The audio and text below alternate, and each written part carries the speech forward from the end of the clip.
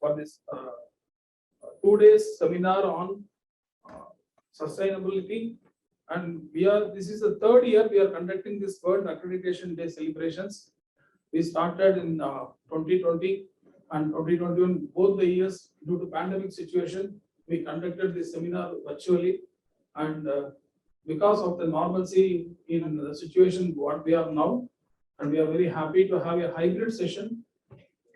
Participants who have joined us in this session virtually, I welcome you all for this today's seminar, and physically who are present here, wholeheartedly welcome on behalf of CCC. And a small presentation about us, Consulting Consultants of Chennai.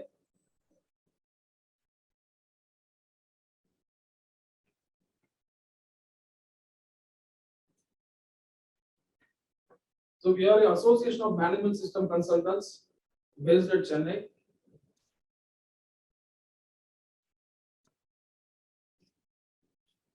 And we are registered under Tamil Nadu Societies Act as an association. And the name is Consultants Consulting of Chennai, and it's a platform for management system consultants, management consultants, and other allied consultants, sector-specific consultants with experience, skill, and competencies. And our objective is to focus on industry education, promoting quality as a part of national quality mission, and to promote various management system standards that are needed for the business across the sectors, and to be the representative voice management system consulting community, and to focus on knowledge dissemination to the industry on an ongoing basis about standards, certifications, accreditations, inspections, regulations, etc. And we are under the presidentship of Mrs. Rama Vedugopal. We have been successfully conducting so many programs, and a special thanks to our president, Mrs. Rama Vedugopal, who was instrumental in guiding all of us in the team of CCC. I welcome you, madam, for this occasion, and I thank the organizers for giving an opportunity to deliver the welcome address. Thank you very much.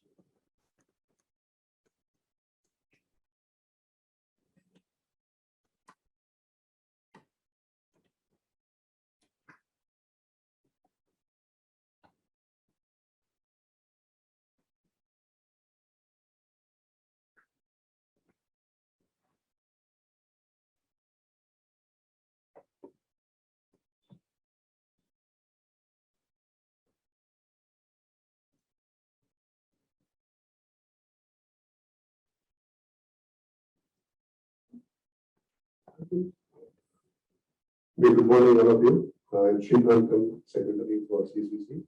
I welcome all the delegates. I now request, I will introduce Dr. R. Velraj.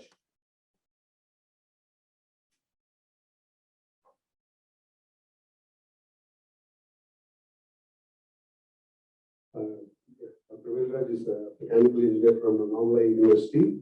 He has did his master's in energy engineering from Untitled University. He has also done PhD in thermal storage studies for energy application from Untitled University. Also, he has done some research at Solar Institute, Germany, under the fellowship during 95-97. He has held various administrative positions. He is the Vice Chancellor now, currently, from August 2021. He was Professor and Director, Institute of Energy Studies for 5 years, from 2013 to 18. He was Professor and Director at the AU Institute for CAT-CAM for 3 to 5 years. Then Deputy Director, Center for Affiliation of Institutions for 6 years, in 2004 to 10.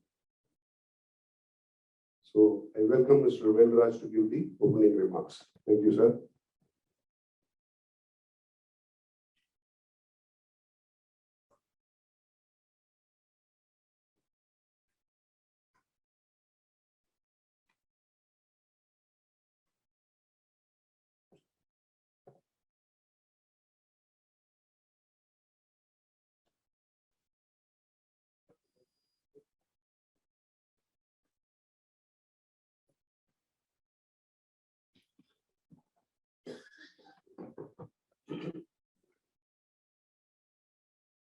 Very good morning. respected Mr. USP Yadav, Scientist and Deputy Director General, Bureau of Indian Standards, Southern Region. Dr.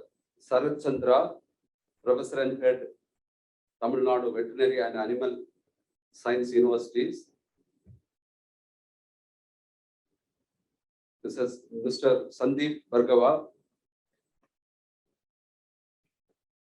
Mrs. Rama Venugopal,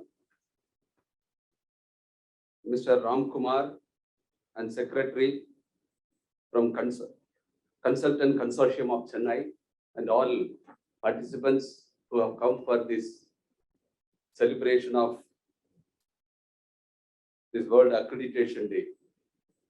The theme chosen is a very good theme, so I am very happy to share some of my views on sustainability for economic growth and the environment.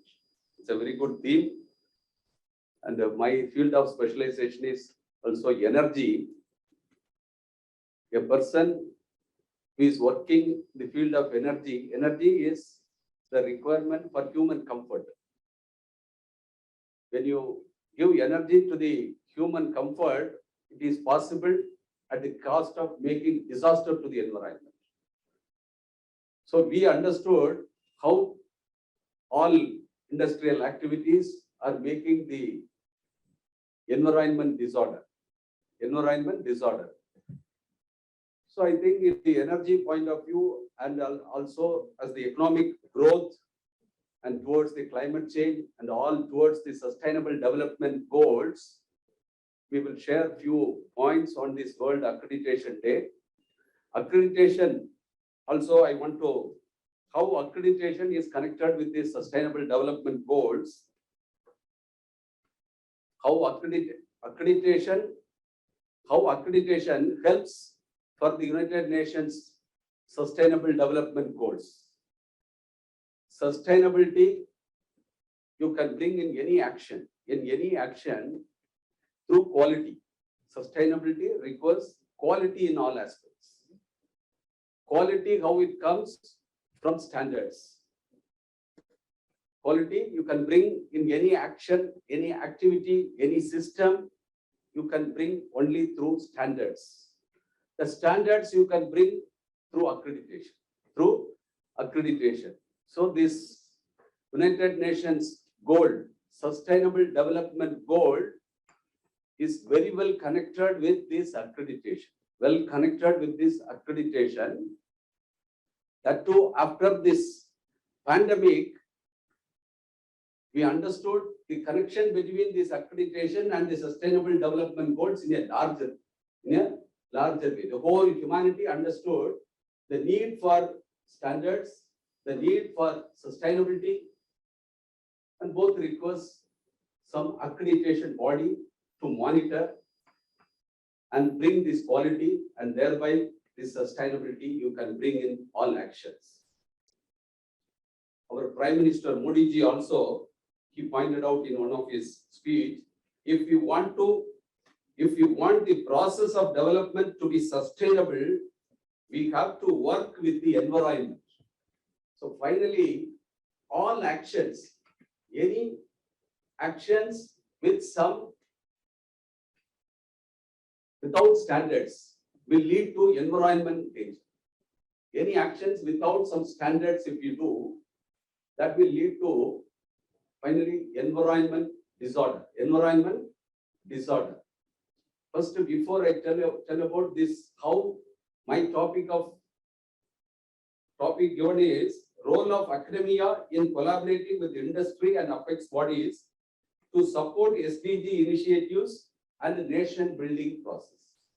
So how our industry, our academia collaborate with the industries to bring this sustainable development goals, and also in the nation building process, how we can participate.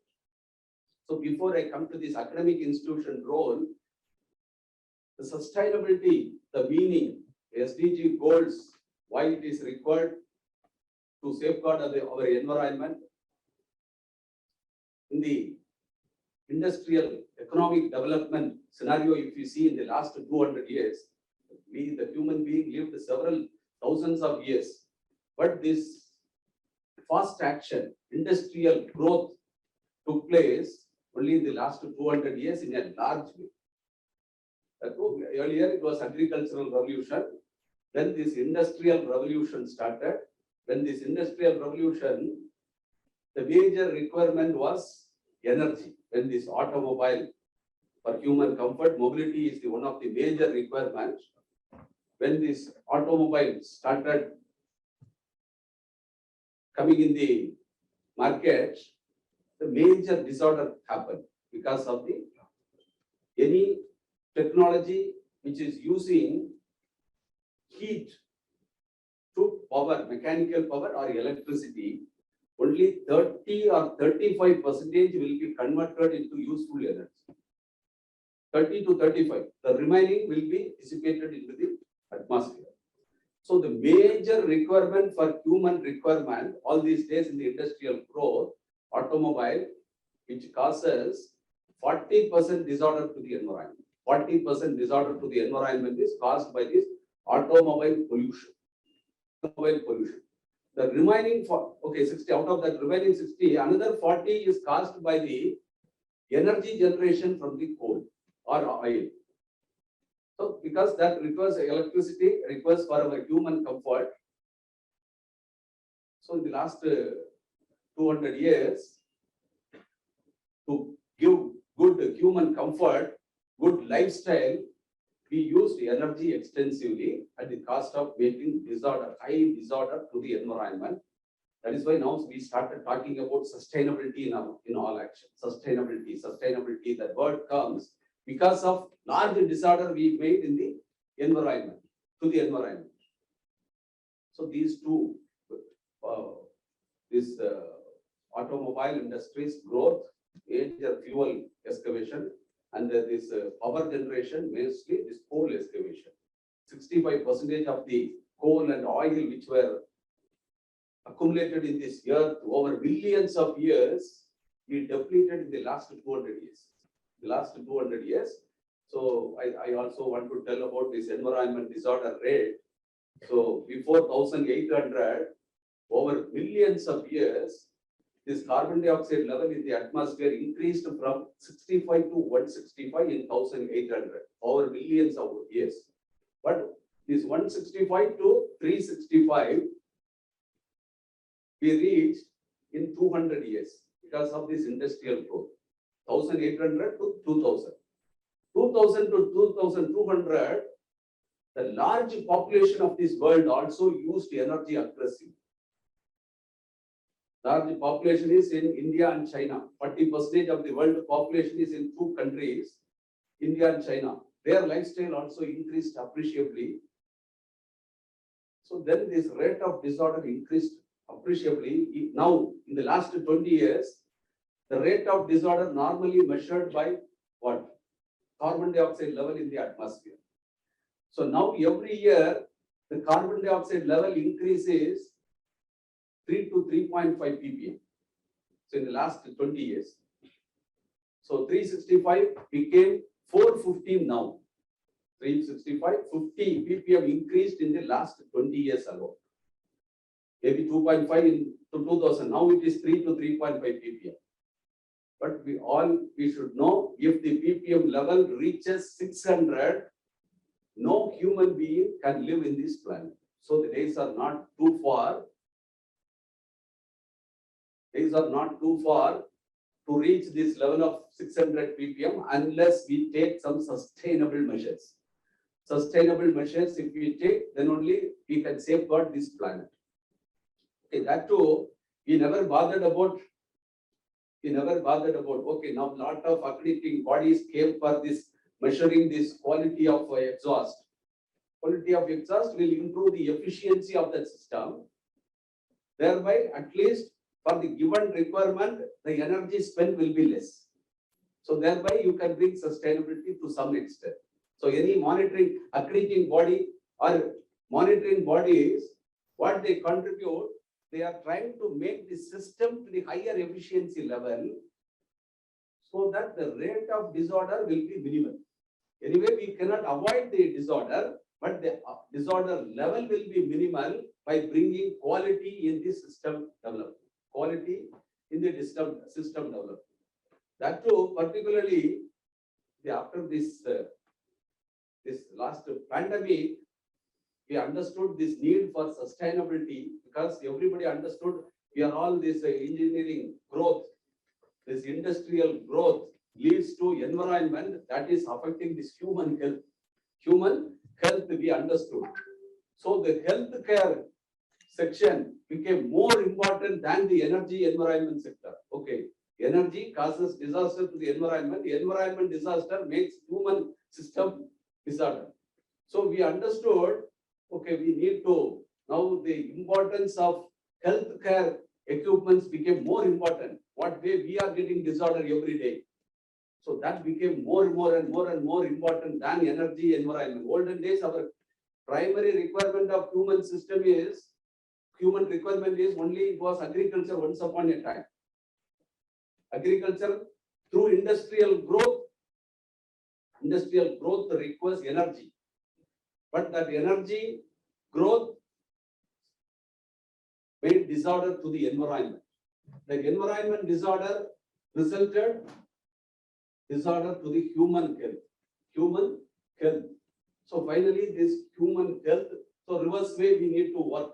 We need good health, environment, energy also we need because we are acclimatized for that. Now we cannot stop this energy requirement. Then agriculture for day-to-day requirement. In all these systems, how it is possible to bring sustainable action? So, okay, we depleted the fuel in a large way. Now we are telling the sustainable source is only solar. Sustainable source. These things which were evolved over these accumulated reserves, which may come for another 50 years. Before that, this earth also will get disorder if we continuously use that. Now we understood that, then renewable. Renewable is also, it's leading to sustainability. Then earlier days, when I was a student, we started talking about non-conventional source of energy. But that also, the non-conventional became conventional. The wind energy, we started talking, then wind energy became conventional. Then we cannot use that word. Then we started telling about what? Renewable, which is renewable in nature. Everything, it is like an Amuda Surabhi, it should come renewable. But then that word also not sufficient. Then that word changed to sustainable sources. Sustainable sources. When the sustainability, when they started talking about this energy, sustainability in energy alone is not sufficient. Sustainability in all actions. That is how this SDG goals, 17 goals of sustainable development goals, starting from the poverty eradication, hunger eradication, and water, energy, climate change, everything, all this industrial growth, sustainable city, and human system development, health, everything became to be sustainable. We started talking about this sustainable action in all actions I can tell. So I can also, I want to tell this energy, how it is creating disorder to the environment, we understood. One more thing we need to understand, sustainability, what is the meaning of sustainability, then we can understand all the 17 sustainable development goals, not only from the energy point of view, in all actions, why sustainability is required. Any action, human action will lead to some disorder. Any action means there will be a disorder. Action means reaction will be there. That reaction will give disorder. Okay. Any human action, that is why this earth life is also limited. Any point of time, the earth will collapse. But the life we can reduce to a larger extent with human action, which is very fast. If the human action is very fast, then the disorder level will be high. So if the disorder level will be high, then the life period of this earth will minimize. Any action will be associated with disorder. So for example, small example I can give from academic point of view, being an academician, any activity I can give example how fast action will lead to disorder. Any action, if you take a day-to-day life, any action, if it is false, there will be a disorder. So if any field also I can give some example, but I want to explain in academic point of view because everybody can realize what is academic growth. This academic growth, academic growth was very fast in the last 30 years in this country, in this state, but particularly this technical education growth is very fast in this country in the last 30 years.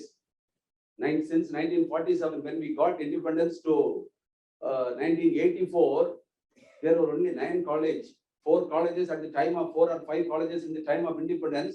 After that, every 10 years, only 1 college addition. That was also very slow. But after 1984, every year, on an average, some 13 college addition, every year. Nearly now, that was the peak was some 8 years before. Some 8 years, but around 2015 only, the peak disorder in this education happened. Because the number of colleges increased to nearly 500 in one state itself, this Tamil Nadu alone. 9 colleges in 1984 became 500 in 2015. But once a great disorder means our human mind also will understand, we will try to correct that. Now it is in the correction stage.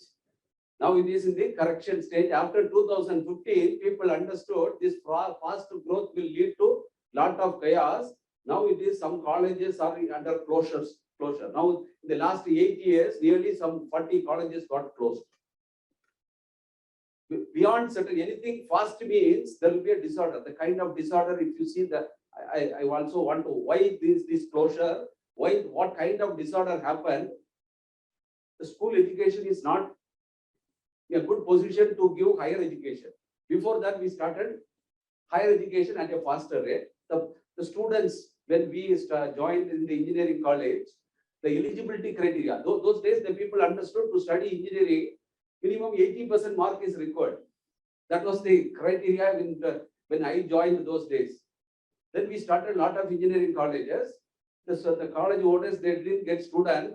Then they relaxed this eligibility criteria 80 to 70, then 70 to 60, 60 to 50, just to pass is sufficient to do this.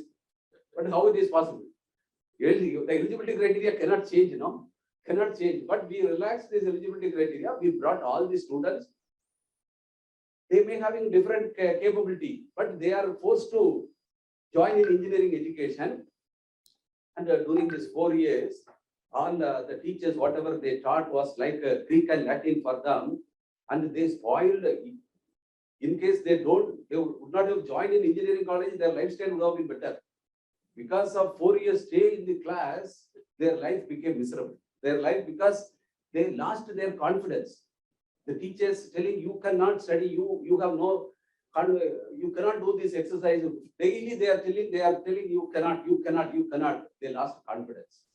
They lost confidence by sitting in the class itself. So confidence only, not only their lot of things they lost. After their education, they cannot they cannot become a good engineer, nor their capability is also not brought. Because the 4 years lost, their parents lost their property and everything. Lot of chaos happened in the society, right? Because of what? Fast growth. Even to teach in the colleges in 2010 and all, teachers were not available. Without teachers, the students are sitting in the colleges, right? So in addition, there is a problem. There was a problem. So any fast growth will always lead to disorder. The disorder means so slow and steady only will win the race. So here there is a concept called entropy measure. Entropy measure, a measure of anything, any fast action will lead to higher increase in entropy. Higher increase in entropy means it is larger disorder to the environment. That means sustainability is missing there. Sustainability will not be there. Sustainable development goals means we need to understand what is the requirement, how to achieve, how to bring all the stakeholders in that, and all the stakeholders should be in the system. Then how to bring the system perfect, we have to see. If we forgot to bring somebody within the system, the parents' wealth is not considered, the students' capability is not considered. Now we try to give education means their capability will be lost, their parents' wealth will be lost. Right? So whatever you want to bring, whenever you want to bring sustainable action in any activities, any system, you try to bring all the stakeholders within the system. The total stakeholders growth only will give sustainability. If you try to do something without considering all the parameters to be considered within the system, then the disorder level will be very, very high. Disorder in the surrounding will be very, very high. So now the whole world understood the sustainable, because if one country is growing at the cost of other nations, what will happen? The other nations' terrorists will be formed. Right? US may become powerful at the cost of some other country means what? They are causing what? Terrorism. They also cannot live peacefully. So one country alone, because the human system, this whole total world is interconnected. Everybody together only this world can grow. Humanity to grow means everybody should grow. Everyone should grow. One nation alone cannot grow. That too, after this era of computers and internet, hereafter, one country's growth is definitely not possible. The whole humanity only should grow together. Because through internet, the whole world is connected. The whole world is connected. Now, India also will attain equilibrium with the high developed nation in the short period. Because we have very good leader, very good ecosystem. The traditional power what we have will help us to bring equilibrium with the world developed nations. Definitely, shortly it is going to happen. We should understand what is needed in the present scenario. So we need to understand there are a lot of I can say lot of examples. Any technological growth will be associated with some other disorder. If you want, I can give small example. Another example in the education I gave, because all the scientists also, they think they are doing great contribution to the society or to their field. But if they don't understand everything put together, they are making disorder. For example, scientists in the civil engineering field, any civil engineers are there? Any civil engineer? Yeah, civil engineering, the concept in the last 50 years to reduce the cost of investment for the building. Right? Cost of investment, because olden days, very high wall buildings were there. If you see the Karakudi houses, all will be very, very thick, like this architecture will be with this big wall. Am I right? This big wall. But this last 50 years, the civil engineers' contribution towards making the wall thin with high strength material. Their major study focus was on what? Strength of material. Strength of material. So with the high strength material, their focus was only on material, some composite materials, bringing that and bring strength to this material. And finally, they could achieve this wall with a very thin wall. The investment got reduced, appreciably. The investment cost of the building got reduced. But the civil engineers, they don't study any heat transfer, which is mechanical subject or chemical subject. Right? But human comfort require correct condition temperature inside the hall. Right? They forgot to bring their research only. Their research fails to think about human comfort inside. So the walls became thin. Immediately after the sun rises, the sun heat will enter into the building. Then these civil engineers, with their great research contribution, they gave disorder in another field, and another field people got opportunity. One disorder will become opportunity for the next people. The air conditioning industries, the economic boom of the air conditioning companies became very high in the last 25 years. In the last 25 years, because of the failure in research in the civil engineering. So the air conditioning companies became very powerful, and all the air conditioning. Now we learn to live without air conditioner. Without air conditioner, the air conditioning. Now the people, the building owners, while constructing the building owners never thought, okay, who can do this air conditioner? Blue Star or what? Some companies they will invite, and they have invested a lot of money.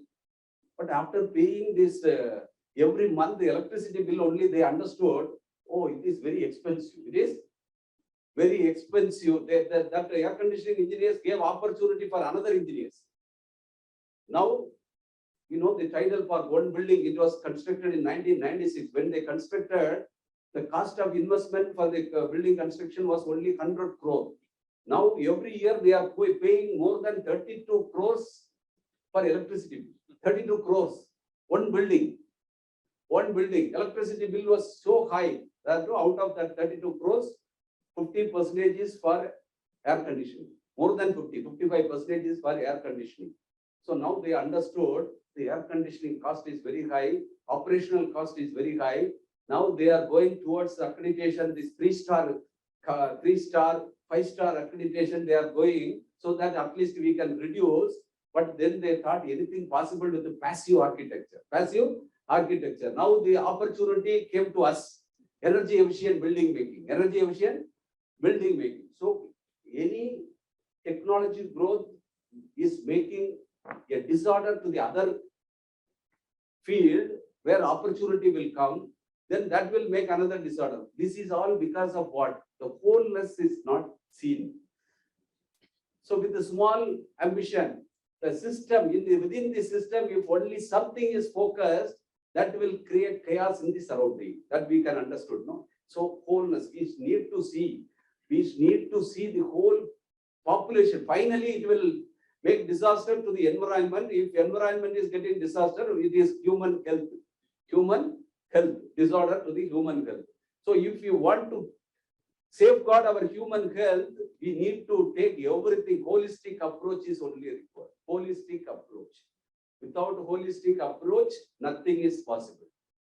So now only the United Nations, the world organizations, they understood that, and they are talking about sustainable development. The sustainability is bringing in all actions, in everyday actions, you need to bring sustainability. Even a person, this our sustainability actions, if you see this all these 17 goals, all these actions were told by our great Indian people. Thiruvalluvar, so not Bharatiyar, தனி ஒரு மனிதனுக்கு உணவில்லை எனில் இந்த ஜகத்தினை அழித்திடுவோம். That is one part of one SDG goal.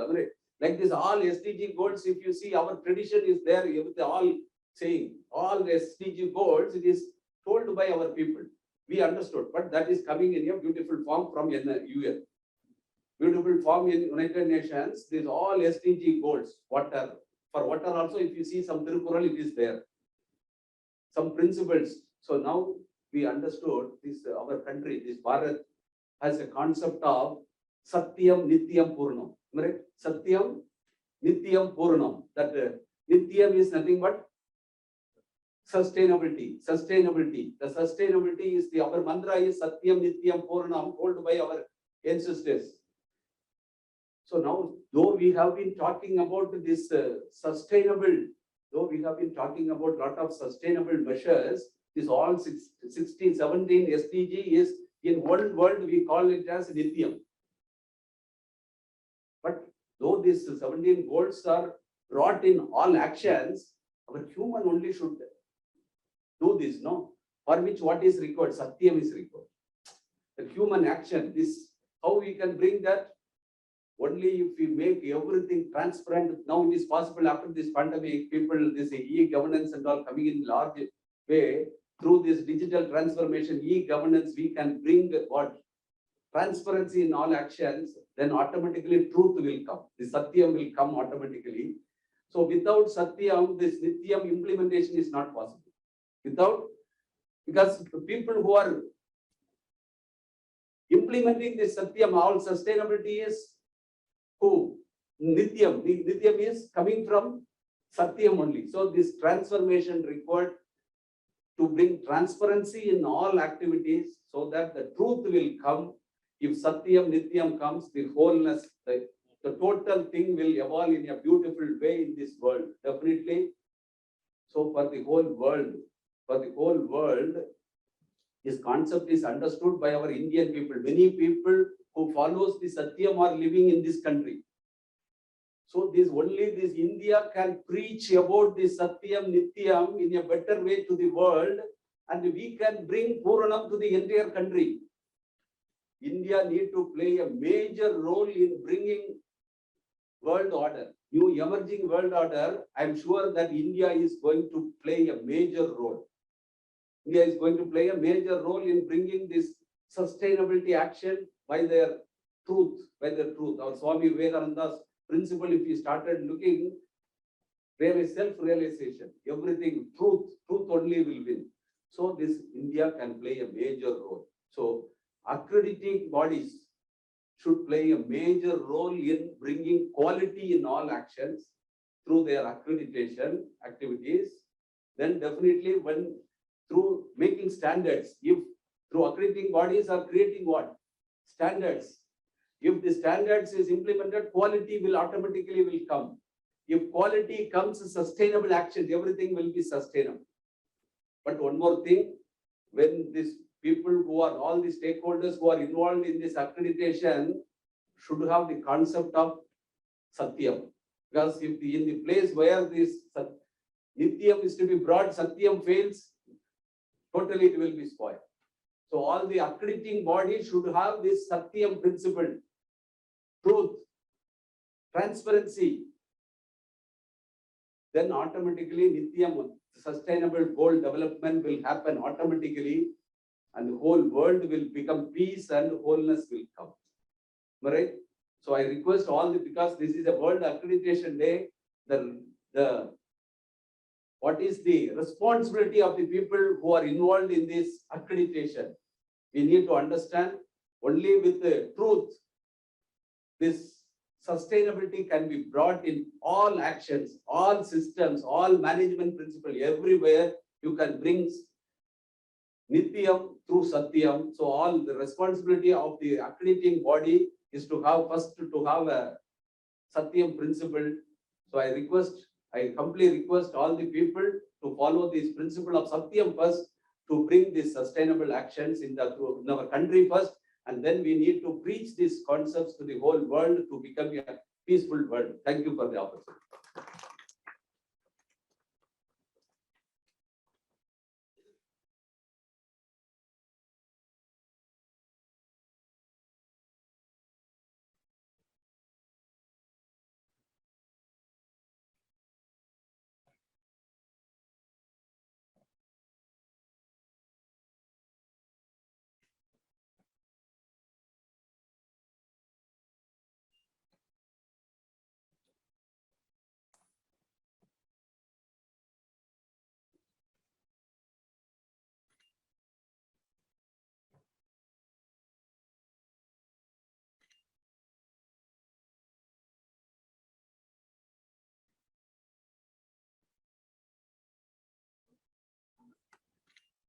Thank you, sir. It was a wonderful speech explaining the concept of sustainability. Thank you so much, Dr. Raj. Our next guest of honor session is from Mr. U.S.P. Yadav. He is a scientist, and is the Deputy Director General, Southern Region for Bureau of Indian Standards.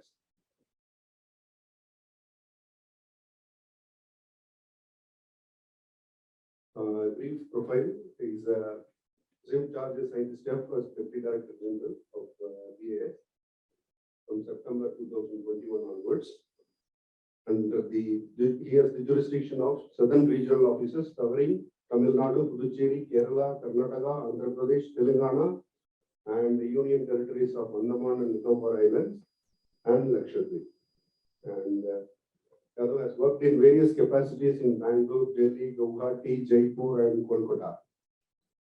Prior to assuming charge as Deputy Director General, he had discharged his duty as Head Management System Certification at New Delhi and Head Eastern Regional Laboratory, Kolkata. He did his Masters of Science, MSc, and Organic Chemistry. Welcome, Mr. Yadav. So please switch on the mic, sir.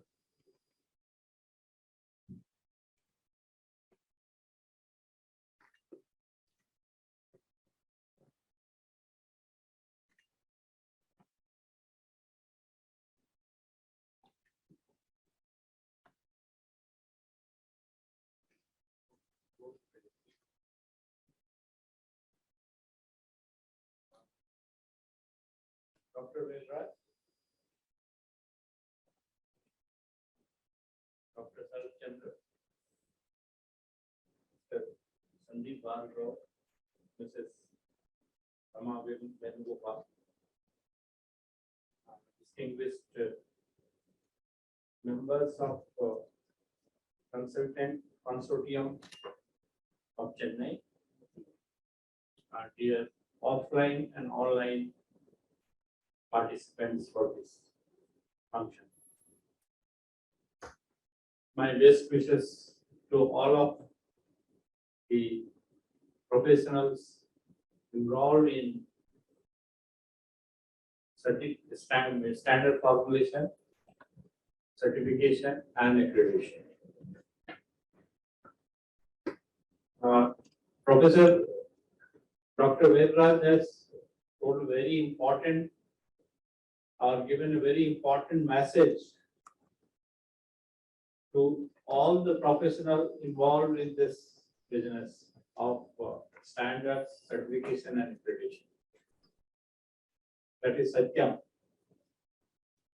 truthfulness and ethics. Without that, the entire sustainability, quality infrastructure in a country will crumble down like a pack of cards. And unfortunately, in many of the cases, we fail to become Satyam. And that is the result of the miseries of our citizens. We don't get good services from the hospitals. We don't get good services from the educational institutions. We don't get good quality products. We don't get good quality services. Somewhere the regulation is missing. Somewhere what is regulation is there, certification is there. We the professionals fail to comply with the Satyam requirements, ethics. So my appeal to all the professionals involved in this profession, please don't be Kalidas. That means don't cut the branch on which you are sitting. Today, people will believe the certification if there is a trust, if there is a Satyam. And if the people stop believing your certification, then your entire profession is gone. You cannot earn your bread and butter. So my request to all of you who are in consultant business, certification business, accreditation business, be Satyam, truthful and ethics. With this, I will start my presentation on the subject international and national standards on sustainability. Again, I will take a cue from Dr. Velraj that standards are very important component of achieving sustainability. So we the standard engineers have translated all the goals of 17 goals of the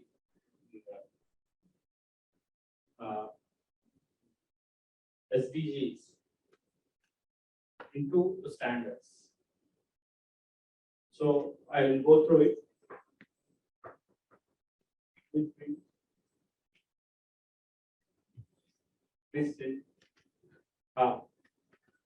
The definition of sustainability is meeting the needs of the present without compromising the ability of future generation to meet their own needs. This is the definition given by the United Nations World Commission on Development and Environment. So basically sustainability is a synergy or harmony of three things: economy, society, and environment.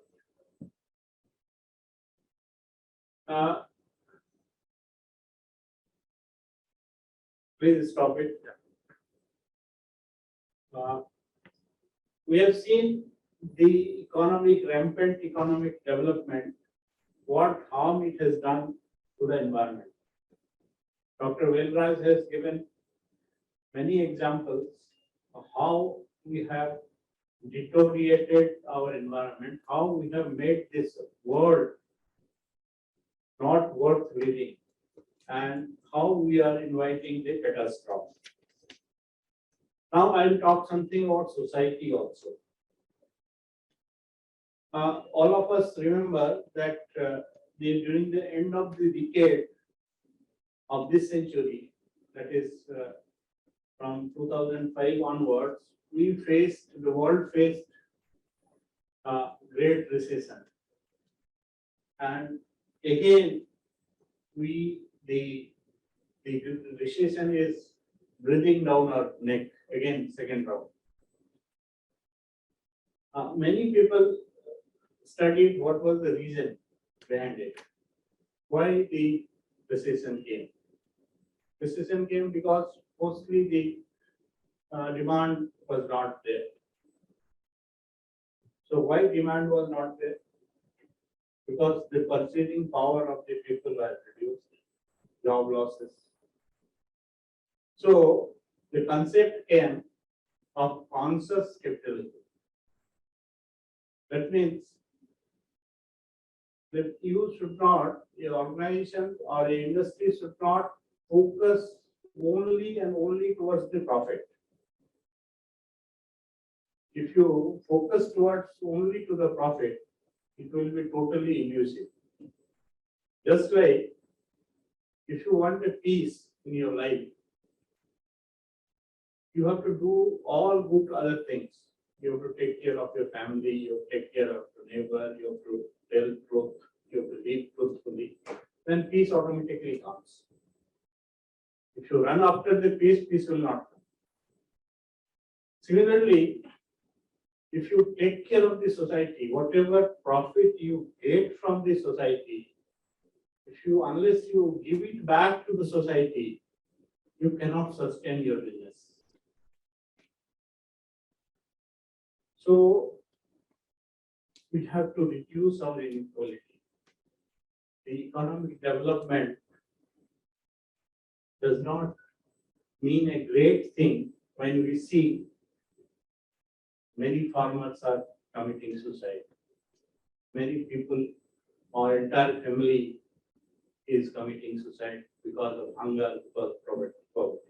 There is no meaning of such development.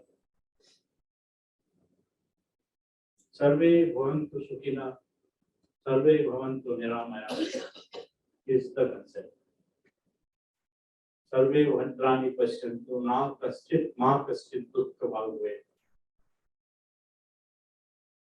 Unless that comes, sustainability is mere a slogan. So, not only environment, we have to think about the people.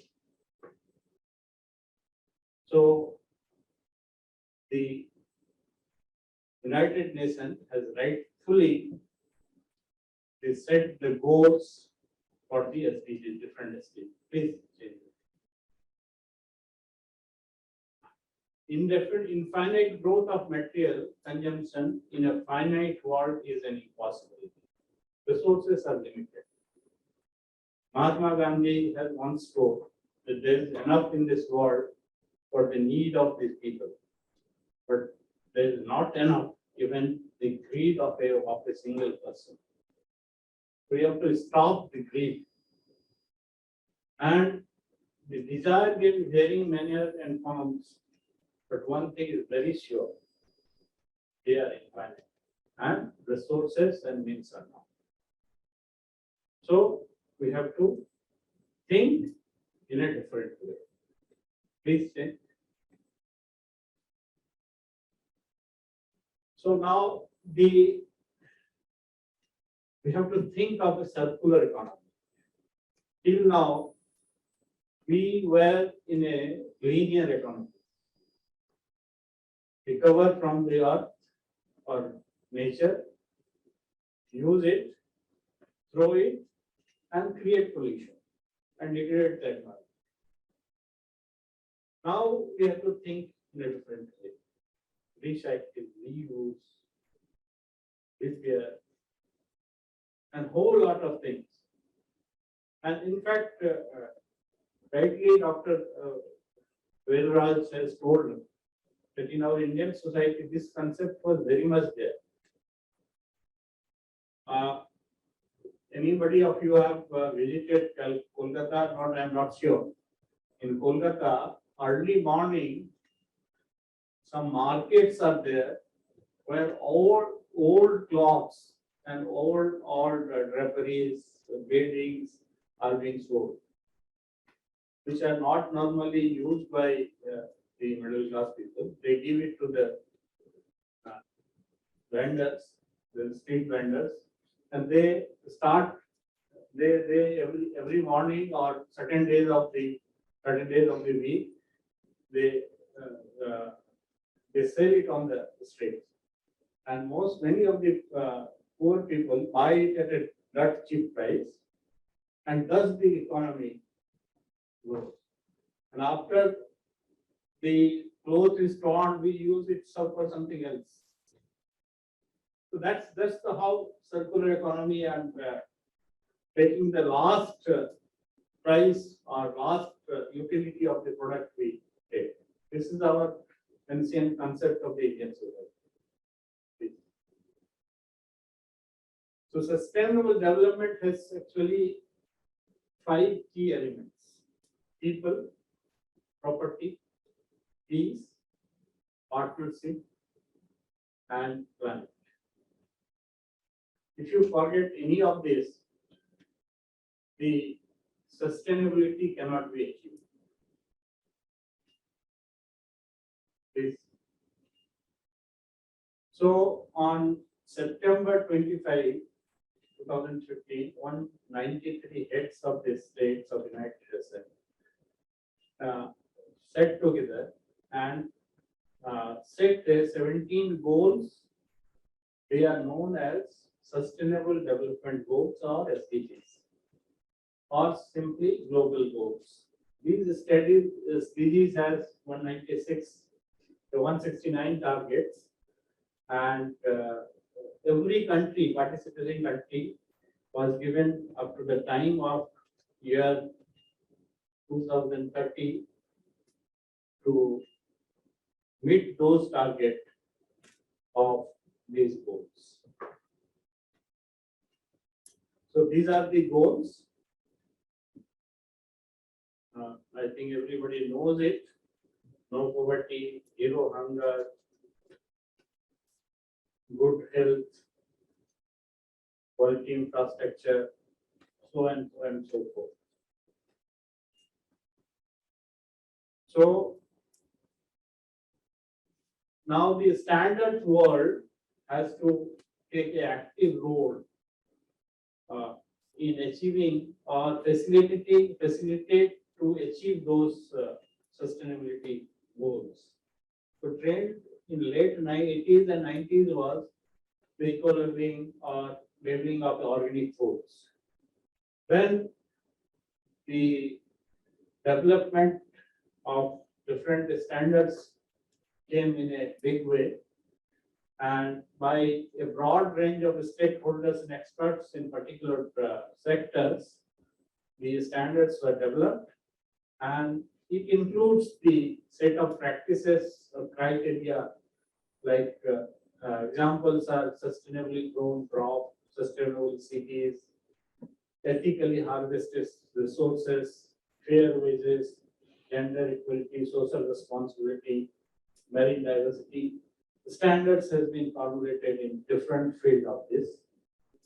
And standards are mere standards on the bookshelf or mere book on a bookshelf, unless it is certified.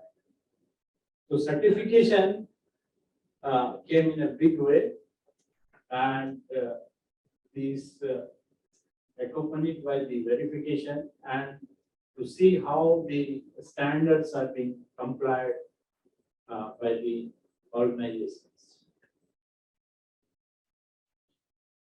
ISO has published more than 22,000 international standards, and ISO contributes to all SDGs.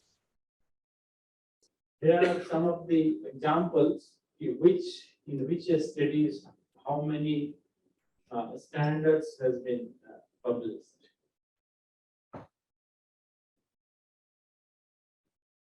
So I have given some examples of some of the SDGs, which are the standards, like in goal to zero hunger, 16,100 ISO standard has been published in food sectors.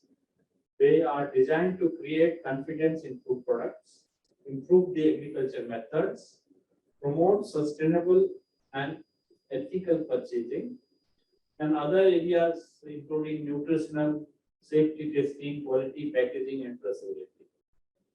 Among them, ISO 22,000 about the food safety management system is very popular and very known standards. And another standard, a milestone standard by the ISO was ISO 26,000, social responsibility, which defines a whole lot of social issues like gender equality, minimum wage, safety, everything. And another very important standards in the zero hunger category is sustainable procurement. Encourage socially responsible behavior, ethical working condition for the agriculture workers, promote ethical purchase practices throughout the entire food production. Next. And then good health and well-being. Here also ISO has brought out a whole lot of standards. Even BIS, we have a separate division council for formulating standards for this. That is medical and hospital planning department. We have more than 500 standards in this booklet. So these are very important standards. ISO 13485, and we have Bureau of Indian Standard have formulated one more very important standards in the field of medical devices, that is called IS 23485. It is a combination of quality management system and essential principle of safety and performance for the medical devices. This is a very good standard. And another milestone standard is ISO 45001, Occupational Health and Safety Management System. This is for the all employees of any organization. Please change. And for the education field, ISO has brought out ISO 22001 for the quality education. And clean water and sanitation, recently Bureau of Indian Standard has brought a very good and very important standards, IS 17482. Fortunately, I was in this drafting committee of this standard, and this is a wonderful standards which ensures the citizen to get clean and pure drinking water to the level of at the tap level or at the household level. entire system, right from the collection of raw water from the sources, purification, piping system, delivery, everything is covered under this standards. And ISO 24518 helps to manage the drinking water and wastewater services in the event of crisis of water utilities. Very good standard was brought out by the ISO. Then ISO 24521 gives the practical guidance on the management and maintenance of the basic on-site domestic wastewater services. Please say. This is another standard, ISO 1406 for water footprint principle and requirement and guideline. Bureau of Indian Standard is also bringing out a standard on it based on the Indian condition. It is very soon going to be published. Then affordable and clean energy, whole lot of energy equipments standards has been published both by GIS and ISO. More than 200 standards are there. Famous among them is ISO 50001 energy management system and solar equipments. The standards for the solar equipments, ISO 9806 and ISO 1217225 series. Then goal 12, responsible consumption and production. Again here, the sustainable procurement, environmental leveling, the eco level and other leveling, environmental leveling standards. Then ISO 15392, sustainability in building constructions. It identifies and establishes general principle of sustainability in building and other construction work. And the ISO has brought out also the standard on sustainable lifestyle choices. As Dr. Velraj was telling that the comforts of human life has caused the environment. So now how to choose our lifestyle? The ISO has brought out a standard on this also. With beautiful standards. BIS has started eco-mark scheme on environmental leveling long back in 80s, and we have several products where eco-mark is there, and we are now revising all these eco-mark standards and putting it to some more stringent criteria like biodegradability, resource conservation, and bringing out a concept of some star rating in all those eco leveling standards. These are the product categories where eco mark standards are available.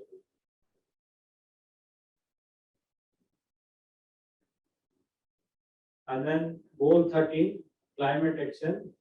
14,000 families are the standard is known for by everybody in the field of consultancy, certification, and accreditation. Among them, 14,001 is most popular environmental management system. Then we have 14,064 series carbon footprint. 14,067 specifies the principal requirement guideline for quantifying and reporting the carbon footprint. Then we have 14,080 gives the organization a framework to develop consistent, comparable, improved methodologies in the fight against the climate change.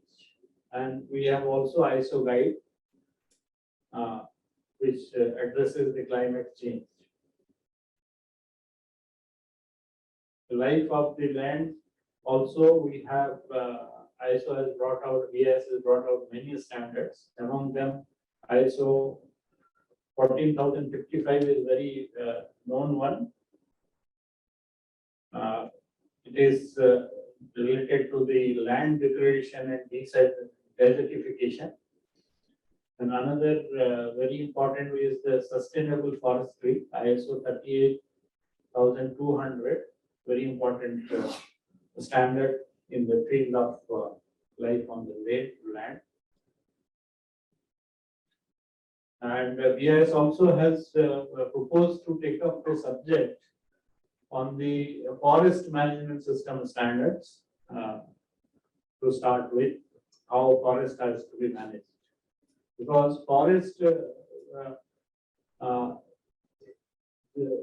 forest is not only the trees, it has the animals, the people who are living it. So it is an entire, we have to see the things in a holistic manner, not only the tree. Like if in forest, the shrubs are equally important like trees, because the animals, they survive on the shrubs, not on the trees. And trees, after a certain age, it becomes a source of carbon dioxide rather than a sink. So when it grows very old, at a certain time it has to be cut. So it is entire, we have to think in a holistic way. For that, we are bringing out a standards on forest management system. Sustainability reporting is the latest thing in the corporate world. It started by the Global Reporting Initiative in early 2000. Very interesting thing in this ESG reporting is, though it is a domain of scientists and technologists, it has been dominated by the people of accounts and finance.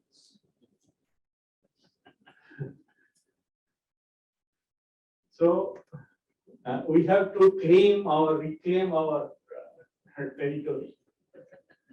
So for that, we have made some standards on the sustainability reporting. Next page, please.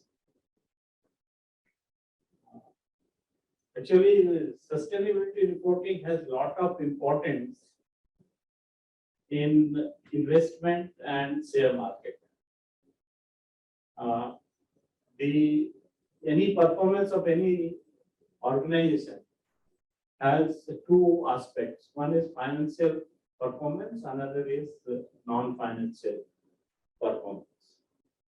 So assurance giving organizations give assurance to both while reporting it. Financial performance, mostly we see through the balance sheet. Normally, balance sheet, we see how the health of the organization, financial health of the organization is. But there are non-financial aspects also, like compliance, like how much it is giving back to the society, how much it is taking care of the environment, how safe this organization to work with. We remember the Union Carbide. Once upon a time, it has operation in 105 countries. Financially very good. But one accident wiped out entire name of Union Carbide. Nowadays you don't listen the name of Union Carbide. 105 countries it has operation. Overnight it finished. So non-financial performance are equally important. And 88% of the investors believe companies that prioritize ESG and for the better opportunities for long-term return. So ESG, environment, sustainability, environment, safety, and governance is equally important for any organization to sustain. So we have brought out certain way of engineering standard has brought out certain standards on it, based in. We have brought out a standard on corporate social responsibility.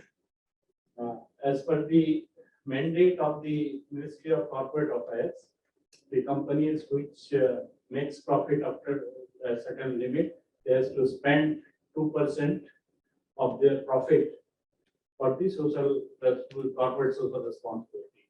But till now, there was no standards how to measure it. Is the fund they are spending has any impact on the society? How to measure the impact?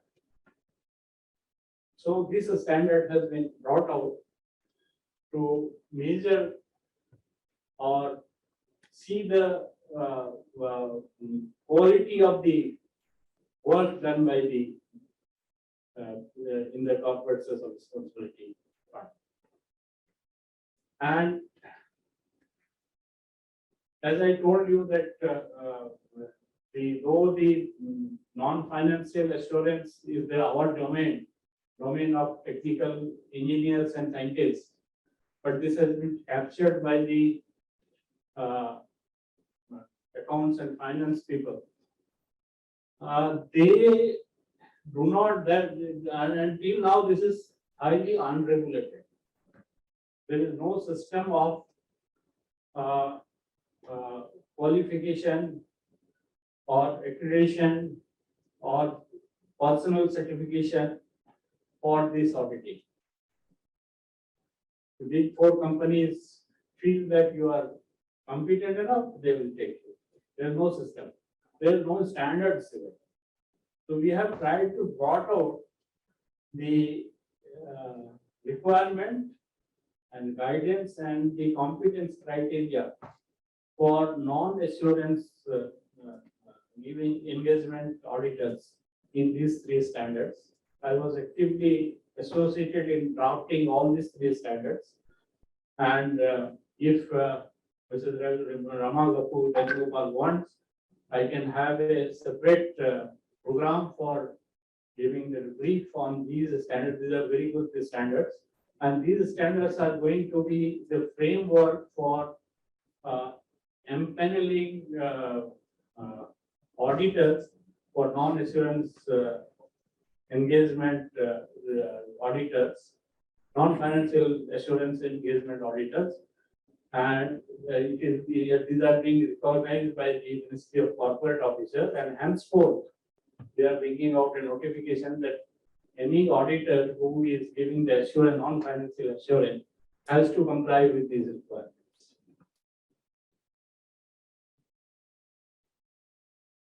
So these are the certain ESG reporting assurance standards.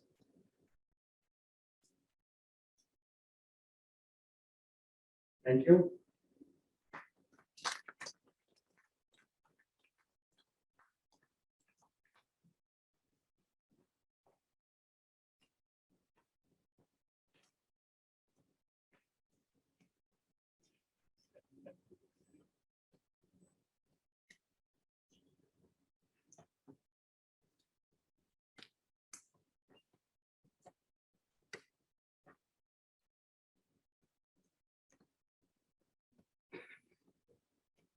Thank you, Mr. Geospatial. Thank you for linking the sustainability standards with the ISO and BAS standards. Thank you so much. The next guest speaker, Professor Dr. Ramesh, is unable to join due to some exigencies, but his nominee, Dr. Deepak Samuel, scientist, he is here to deliver the small lecture. He is basically the project lead for conservation of marine resources division, and he's in charge of coastal and marine division. I request Mr. Deepak Samuel to come forward. Thank you.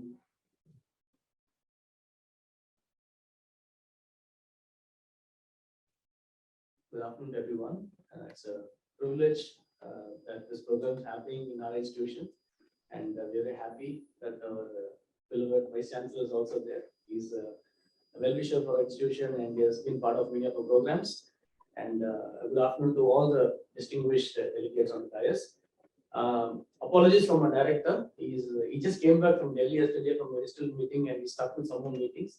So he has just deputed me to give a brief about our institution, the work that we do.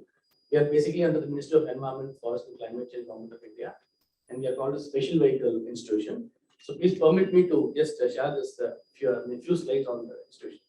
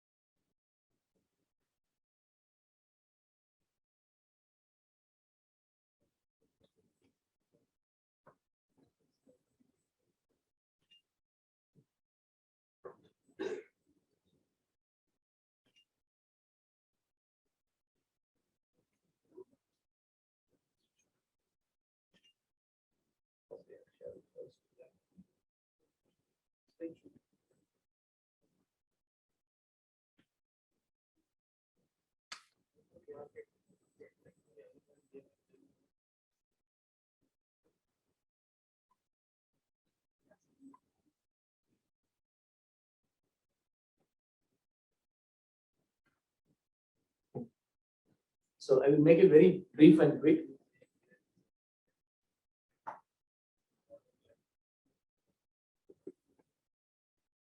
So the mission of the institution is to promote sustainable course through increased partnerships, conservation practices, scientific research, and knowledge management for the benefit and well-being of current and future generations.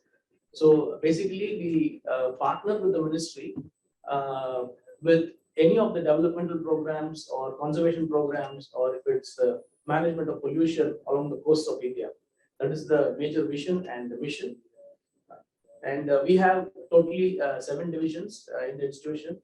One is the Coastal Environmental Impact Assessment, or the CAI division, which focuses on preparation of health report cards of sensitive ecosystems, and it works on pollution management, it works on cumulative impact assessments, EIA studies, and so on.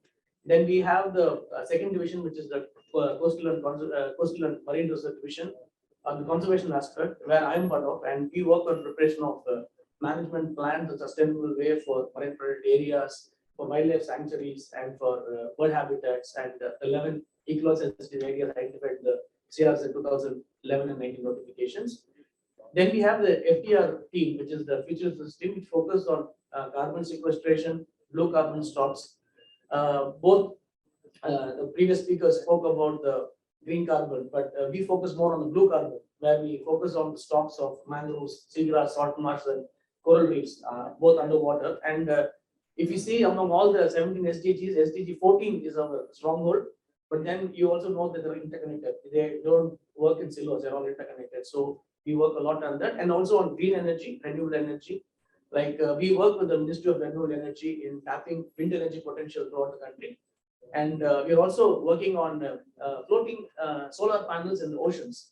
So sea solars, first time again started by Solar Energy Corporation of India. So we did the EIA for them to be put in placed in the Lakshadweep Islands. And then we have the Integrated Island Management Unit, which is a part of the FTR, which exclusively focuses on the islands of India. We have around 1,400 plus islands in the country. So you know that Lakshadweep and Andaman are the biggest habitated islands in the country. So we prepared the management plans for them, integrated management plans for them, prepared the CRZ maps for them. And we do a lot of other studies with the island community and tribal communities. And next division is the Integrated Socio-Economics Division, which focuses exclusively on the fishing communities and what kind of fishing space they have, and what are the different ESAs, 11 ESAs for the corals, mangroves, what are the ecosystem goods and services they provide. Everything's got a value. So the team works on the valuation of the ecosystem goods and services, and also they focus on fishing livelihood enhancement, alternate livelihoods, and so on. And then we have the Geospatial Sciences division. This is a very, very strong division. You all know that without maps, now nothing happens. So everything, if we even want to identify our own house, we do a GPS tag, our Uber cabs work on, everything was booked on maps. So we have a very strong mapping team. And for information, the entire 11 equal sensitive areas in the country, all over the country, was mapped by us. We mapped the hazard line, we mapped the high tide line for the country. And this is used as benchmark for every state in their development plans. And final division is the knowledge governance and policy division. Whatever research the multiple 6 divisions do is finally delivered the multiple formats, be it mapping, be it booklets or brochures, we share, and that's what we do. Besides that, we have an IT unit which helps us in putting all things together. And of course, the HR and the finance procurement team helps in the process. Again, I will not waste much time, but one thing I would highlight is that recently, last year, NCSM has been given the task of mapping the wetlands of India. So we were only working on the coast. Now, Minister allotted 54 crores for us to map in the first phase 600 wetlands of India, and then we'll be going. These wetlands are wetlands of Ramsar potential. All of you know about Ramsar wetlands. So that is one important thing. And other just some glimpses we have put in here. Again, some key achievements. We have mapped 9,300 kilometers of high resolution erosion mapping, and we have mapped 78,000 kilometers of high tide land all over the country of India. 34,000 square kilometers of 11 ESAs, which includes ecosystems, which includes habitats, which includes geomorphological features, and also includes other archaeological heritage sites. So, I mean, we do have a database. If you see the website, there is a database called Combined Coastal Marine Biodiversity Integration Network, where we have also put in all the plants and animal species found in the coast and marine areas under one platform, and you can easily, access it. It's an open access. It's available at the internet. And we have prepared 20 atlases for the country. We have made 9 manuals. We have made 5 ecosystem health report cards. In the case of, we have one for Odisha Chilka Lake. We have one now for Pittarkanika, and we are in the process of preparing health report cards. And why we use health report card is basically because it's a grading system. If in 2022 you identify a particular environment and you put in multiple factors, ecological factors, social factors, all together, you'll have a score A, B, C, D, and you'll have from 1 to 100. So based on color codes for simple access, we have given the classification. And after 2 years, when we assess, we see whether the grades have gone up or gone down. So that becomes a very easy policy decision-making approach by which the manager will be able to easily understand and communicate to his lower level officers how best we can do the management exercises. We have prepared close to 220 in the last 9 years. We are now 10th year, running 10th year. Last 10 years, we have published more than 220 articles in peer-reviewed journals. So that's in general about our institution. And I'd just like to show the facility. But before going to that, the bottom shows you the kind of certifications we are very particular about. We have taken almost all required certifications, and we have Enable accredited, we are NAPED accredited. Many of us are functional area experts in different fields. We are NAPED accredited for sector 33, which is sports, dredging, and EAS studies. So we do that work. And interestingly, this building, when Anna University had given to us, we made sure that we don't cut any trees, and we try to retain the entire green cover. What you see is completely kept as such. We have not touched them. So that's why the building architecture was designed based on that. That's why we got the Platinum LEED certified certification from them. So that is one more achievement from our side. And this is just a glimpse of the multiple 14 labs that we have. We have a coastal biomonitoring facility where we do a lot of ecotoxicological studies, pollution studies, and then we have a climate change lab, we have water quality lab, we have a radiochemistry lab, we have a coastal ecology lab where we do a lot of studies of species and their interaction with the environment. And then we have water chemistry lab. Then we have advanced imaging laboratory. We have marine plankton and paleolicans. These are some of the laboratories that we have. For any person who wants to work anything on the coast, we have the facility, and we encourage a lot of students from other institutions to be part of the internships and dissertation programs. Currently, we have around 22 students from all over the country doing their dissertation work at different parts of the institution. And as I told, remote sensing is a specialized lab, and we also have Dr. Robin, who is taking care of the real-time monitoring system, where every minute you can get recordings of certain parameters like in the ocean. So like in Inquise, we do have small data, but it's got different approach altogether. So, I mean, these are just some glimpses of the achievements. I will not go into detail of them. And thank you so much for giving the time. And it's a pleasure to be a part of the accreditation.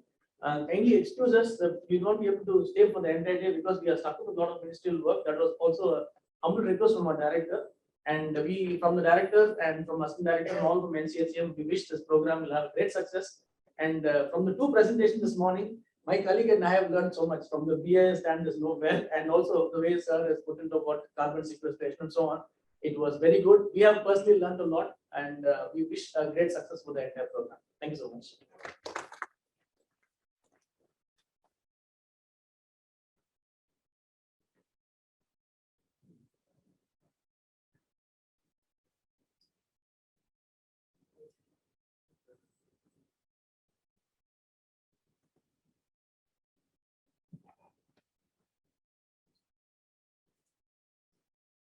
Thank you, Dr. Deepak Samuel. You rose to the occasion in a short notice and gave a wonderful presentation about your organization setup. We are really surprised to see such a beautiful setup. Thank you so much. The next guest speaker will be Dr. Vegadeval Sarath Chandra. He is a professor and head in Labs and Canvas in Chennai. He has done a lot of degrees. I think 24, the bench is not sufficient. So he has won a lot of awards and honors. He is a fellow member in FSFLS and FST. He's also a ASIO Senior Toxicologist Award from US Academy of Toxicology Sciences, European Registered Toxicologist, Tamil Nadu State Scientist Award. And he has plenty of experience behind him. He's a former dean for Madras Veterinary College. 32 years of working as a veterinary pharmacologist and toxicologist in the field of analytical and forensic toxicology, veterinary pharmacovigilance, and food safety. Welcome, sir.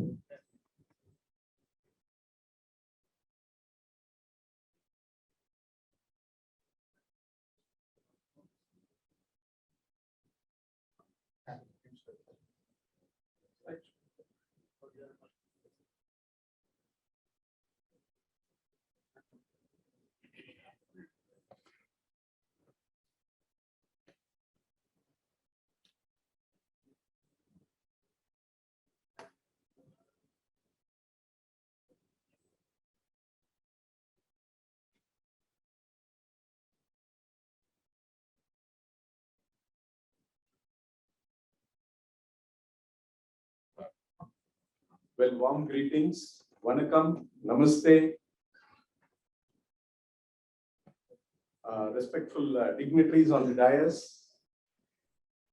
Congratulations to the organizers. My greetings to all participants, offline and online.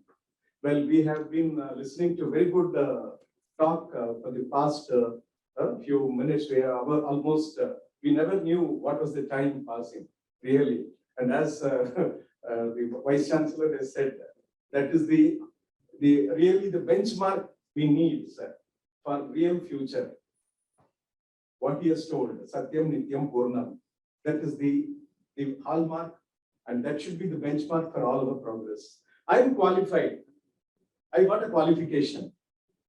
I got a good laboratory with infrastructure. I'm trying to test some products, whether it is mechanical or civil or biological or chemical, I'm doing it. My authority is, when I give the report, he signs. He believes me in science. But what is happening? There's variation in laboratories. I have a facility. I do not, the acceptance of my reports, is it accepted across the world, within the institution, within the country? Well, how do I go about it? Who is going to take care? My authority, whatever I say my authority, you should accept, or whatever the directions my authority gives, I should go. Development is there. Excellent. As now you have linked with environment. The environment amongst us is also required. The ecological balance is very much required. The ego complex should go. I don't like somebody to come into my lab and tell me you are not right, you are wrong. We never accept. That's basically an inborn erroriness. When we start accepting, 32 years of experience, we have all seen this Anna University. As a student, I used to come to the library. My guide was Dr. Damodaran. I did my BBSc, I did my MSc toxicology, environmental toxicology, did my PhD in environmental toxicology. We used to come to Anna University library. At that time, Dr. Kuntala Jayaraman used to have a biotechnology lab. That was an icon. So then, what is this issue? How are we to be rectified? It is a national issue. Everywhere, every state, every central government institution has got a laboratory. How is it going to have a holistic and acceptance criteria required? What is really lacking in our system? The monitoring mechanism. The territory for monitoring mechanism is required. That is why there is the genesis of accreditation boards. The accreditation board has a very, very specific duty. What do they really perform? They allow experts as assessors to come and assess your competence. It is the competence of the laboratory, it is not the individuals. The accreditation is given not to individuals. It is given to the institution. It is given to the laboratories. As sir has already said, a lot of standards for laboratory accreditation, we have different standards. What are those standards? How is it to be implemented? There should be an awareness, whatever the person performs. How it is to be verified. For verification also, you need a standard. Whether you are wrong or right, I should be in a position to verify and tell you that. Then ultimately, the persons who are coming for assessment, the auditors, the relationship is very, very important. The environment, not only the external environment, the internal environment, whether you have the air condition or not, the mind should have a very peaceful, stable mind in accepting. It should not be superiority, not the inferiority. Language problem. I've gone all over the world. I've gone to the various states in this country for auditing and assessment. Language is not a problem because your standard is there. Standard will baat karega. Standard dhaan peso. Na peso kudade. Quality should speak. With that, with these few words, I have been asked to present on behalf of NABL. I was in a meeting, suddenly I received a call, sir. The CEO of NABL called me. He never calls me. We have a discussion for some other standards. He called me, can you go and accept this? And I accepted. Mind you, within hours, the organizers contacted me from NABL and the organizers from here. Everything was set right. There was no issues. There was no hiccups at all. Okay. What is this accreditation body? How does it perform? What are the fields and disciplines which can be accredited? It is involvement again between the academia and the industry. Everything has its own advantage and disadvantage. The industry has to utilize it. Whatever the product being produced, whether it is in the food sector, whether it is in the medical devices or in the engineering disciplines, everything has to be marketed. There is everybody in the market. Whose is better? Who can verify that? You got this standards, fine. But the testing of the quality is in the hands of the laboratory.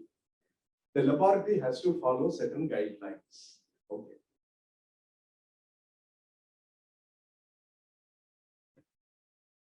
What is this National Accreditation Board for Testing and Calibration Laboratories? You have the equipment, you have the method. Does the equipment really work? Is it, I want to weigh milligram in a balance. Is it really giving me milligram? There is always a measurement of uncertainty, not only in our reality, real life, but also when we perform certain technical activities. That is why Enable has brought in also measurement of uncertainty. Whether it is really giving you 10 milligram, or whether it is giving you grams, or whether it is an electrical gadget, or it is a thermometer, or a hygrometer, or even an automobile engine, whether it is having the particular calibration, all those things are taken care of with this accreditation board when it occurs testing and calibration. How did this Enable really come into existence? It is a part of Government of India. It was initially autonomous body. DST was supporting it, and subsequently it became part of Quality Council of India, then under the ministry. Well, what are the accreditation the body really provides? Testing of the laboratories as per ISO IEC 17025. for testing laboratories. Calibration laboratories, again, as per ISO IEC 17025. Medical testing laboratories, because this is one major thing. You are daily getting messages. I think most of you will be receiving. We will give you a package for your biochemical studies, ECG, at a very, very affordable rate. Most of you would have received it. Is it practically possible? You buy an auto analyzer, semi-auto analyzer, you are calibrating, you are managing with UPS, you are having a trained person. The kits are costly, imported kits, or even Indian made, make in India kits also you are buying. Is it possible to give a test report for a biological sample, life, human life? You see, they give you package, 100 rupees, 200 rupees, 700, all the tests. Is it possible? So medical laboratories have also come under the ambit of accreditation. There is a standard. What is the standard? 151189. Then I am highly qualified. My director, my vice chancellor, as a dean also, has sent to so many places overseas training. Whatever method I am performing is perfect. My laboratory results are good. No, you have to go for proficiency testing with other laboratories, whether it is within India or global. So they have introduced another accreditation, that is proficiency testing. It is an international sample or a national laboratory which has been accredited will give you an unknown sample across the country. It will not be revealed. There is no bloodline relationship while proficiency testing is conducted. That is the stringent method they follow. Then they calculate the results obtained. They give a Z score. Then your laboratory rating is released. That's again, there is a password, you cannot manipulate, everything comes on the system. The lab ID is also given a particular ID. Nobody will know who it is. After we perform the test, the reports come. Only when we get the report, we will know where do we really stand. Is our laboratory really up to the national standard or international standard? Then I have everything. I go to my director, or let me say like this, my vice chancellor. I want to buy, he is asking me to perform a test.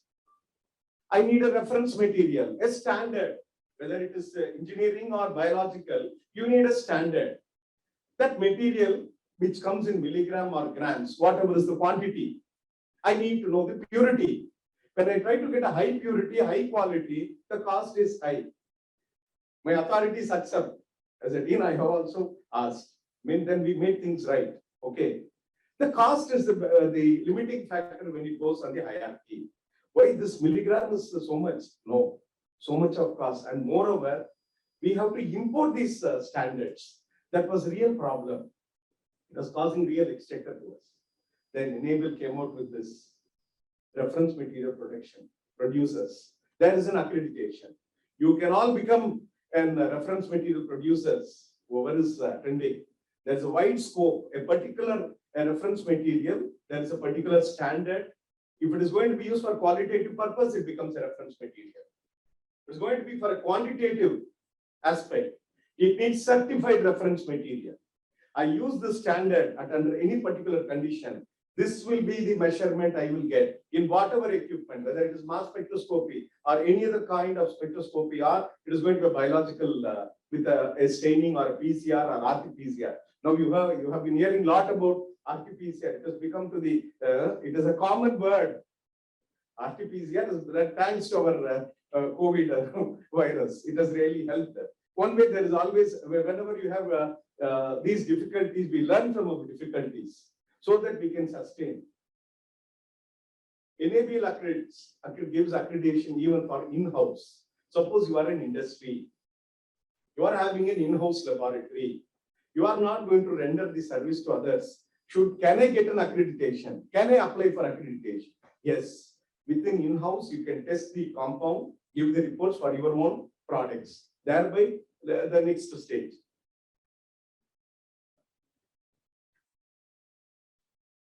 Well, when this system got in accordance, almost the accreditation body has been finalized.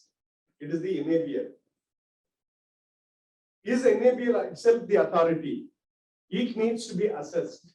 Internationally, it has to be assessed by a confirming body because it is giving conformance for accreditation for all fields. in all disciplines, major disciplines. So Enable is also assessed. How far this Enable accreditation body has been functioning. Then what are the fields and disciplines of accreditation? You got testing, you can see the field, chemical, biological, fluid flow, electrical, electronics, mechanistic, forensic, veterinary testing, non-destructive testing. That's very, very important, non-destructive testing. Radiological, photometry, diagnostic radiological QA, pouring it, you are taking an MRI. Is it really working? Is it really calibrated? And what is the safety measures they have taken? Then the software testing. No equipment is without a software today. Software has become part and parcel of our all activities. Calibrations. As far as calibration, you are testing, effectiveness depends upon the equipment what you use. There is a common saying in Tamil. All sariyilla kuda ayudham sariya irukum. Ayudhathula correct calibration illana enna pannum. Enna qualification irundhalum, endha reputed institute irundhalum annum panna mudiyadhu. Okay, so calibration, concept of calibration, whether it is electrotechnical, thermal, optical, mechanical, fluid flow, radiological, medical devices. Today, medical devices, again, as I told you, like laboratories, medical diagnostic laboratories have come. There is a huge mushroom of growth. These devices needs to be not just the gadgets. Your gadget, the bandage, band-aid போடுறீங்களா அதெல்லாம் கூட it is being assessed under 17025. Then your medical, as I already pointed out, all kinds of medical studies, biological samples, how it is to be performed. Then, as I mentioned earlier, proficiency testing providers.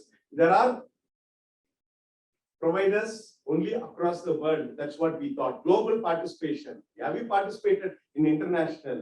It is not necessary. The accreditation body has taken care to identify laboratories, identify communities for proficiency testing. They have to undergo training. Then you have the standard. Once you have the standard, you can become a proficiency testing provider. It is again an open field. It is a gold mine. The industry can collaborate with institutions. We have the knowledge, we have the techniques. We can produce a reference material. We can also have a proficiency testing program. The reference material is very, very important. Again, Enaugural has taken a leap in providing these facilities. Please go through the Enaugural website. All documents are available on the Enaugural website. And there is a newsletter periodically sent. It is in the website. Whatever is the amendment, any standard cannot be static. It has to be evolving. It has to change. It has to be evolved. The amendments are given. The training programs are given in the newsletter. Anybody can apply on that, and eligibility is there, they can conduct and they can participate. Physical properties, engineering properties, then miscellaneous, there's a lot of things which can be made, is open. Then, at the end of the day, accredited lab, why they have so much of importance? The test report, there is a method. Who can sign a test report? The person may be an authority, but if he doesn't know what is the test being performed, he cannot be an authorized signatory. The person who signs the test report should have the knowledge how the sample was received, whatever kind of the sample, whether it is calibration or testing, whether it is chemical or biological. He has to have a thorough understanding. He should have undergone basic training. Then when he signs the test report, that decides the fate of the laboratory. It can affect the industry. It can affect your customer. It can affect so many other things. So the test report has to be signed with a lot of caution. There is a disclaimer that the particular person takes a test report for commercial purposes without my knowledge. So there is a disclaimer. Whatever reports you are giving pertains only to the sample received. He cannot misuse. Okay. And if it is quantification, as I told you, between laboratories, there are a lot of differences in the values. Why? So measurement of uncertainty. In reality, we have uncertainty. When we calculate also, there is uncertainty. How much of the measure and what you are measuring is varying under different range of testing. Okay. So this all has to be taken care in your test report. Then, is it accepted only in India? It is accepted overseas. accreditation, when obtained, is globally accepted. And they have also gone in for ILAC. You can have the enable symbol on your test report. When you want to have the ILAC, you need to take a permission. When your test report goes with your ILAC symbol, it means absolutely it is an internationally recognized reports for which Enable has made proper arrangements. Well, this is the Enable Accreditation Board. These are the website, and I have to thank the CEO for giving me this opportunity. These few words, I thank the organizers and also the Enable for asking me to come and present on their behalf. These few words, I thank you all. Jai Hind, Vande Mataram, Bharata Vataram.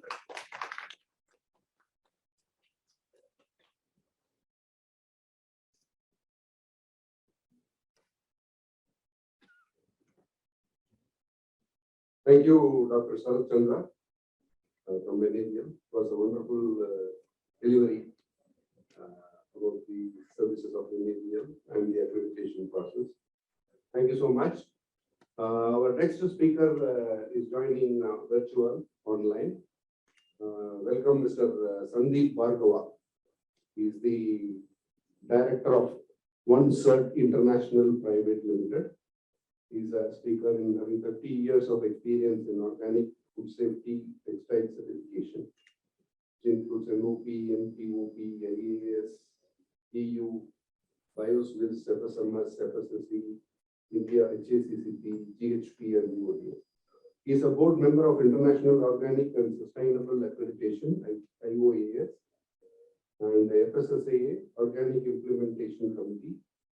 He is a committee member of KPEDA, Textile Organic Textile, and Life Member Association of Food Scientists and Technologists.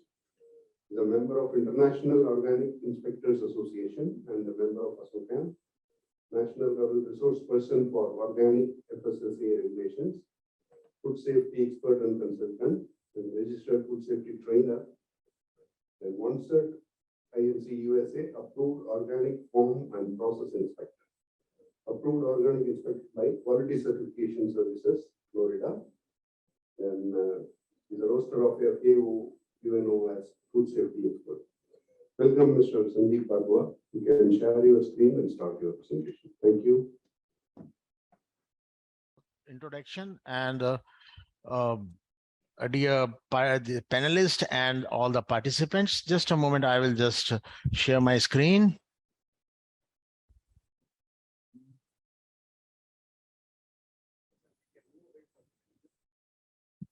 So I think this is visible to all.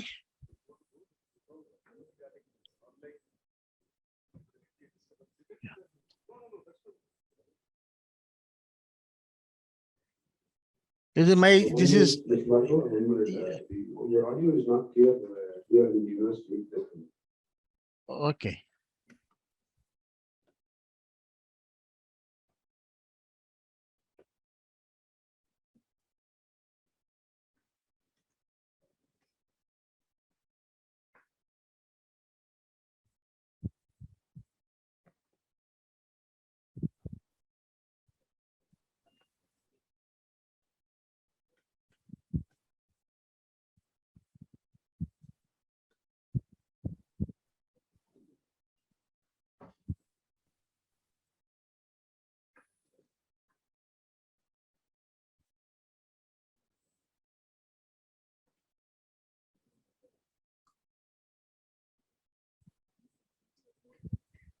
Can I start, sir?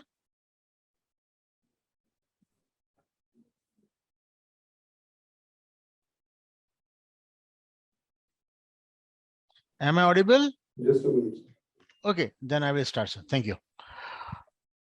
Okay, so my presentation is the contribution of certification bodies to sustainable and development goals.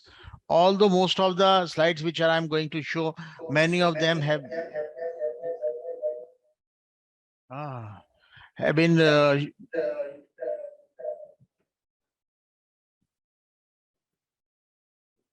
so there will be echo if you can on the audio over there. So many of these slides have been used by or shown by Dr. Yadav also. So there may be some repetition. As we all know that the Sustainable Development Goals are initially defined by the United Nations in 2017, and they have defined the goals, 17 integrated and interrelated goals to have the earth to be better living place or to save the planet. So how the standards help in SDGs? ISO have largest standard development with more than 22,000 sustainable management standards. And these are used in 170 countries.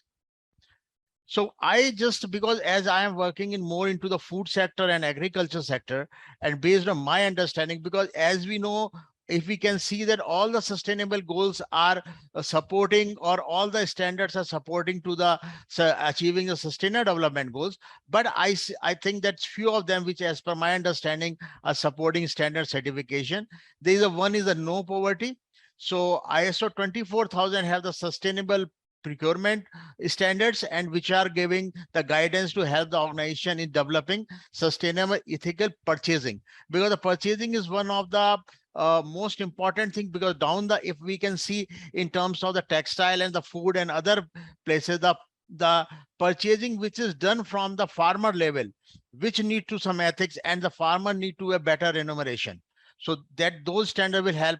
Anti-bribery management system, which is helping us in the controlling or fighting with the fraud, because fraud is one of the, again, biggest problem in eradicating the poverty. 352 standards are helping to meet SDGs in this goal. The another is the zero hunger. Zero hunger is we can see that it's more related to the agriculture, and as we are working into the agriculture and the food sector. So I also have food standards of food production sector designed to create confidence in food products or production, improve agriculture methods, and promote sustainable ethical practices. So if we can go and see, there are certain standards like organic standards, global agriculture, like good agriculture practices, good manufacturing practices, and many other standards. They define the agriculture practices which will save the water, soil, earth, as well as environment, and provide the good remuneration to the farmer. They also cover other areas, as I say, nutrition and safety testing, quality packaging, and traceability, which are very important for the further marketing of the produce. There are 547 standards are helping to SDG 2. The focusing especially to the food, the ISO 22,000 family of standard on the food safety management system help organization identify and control food safety hazards.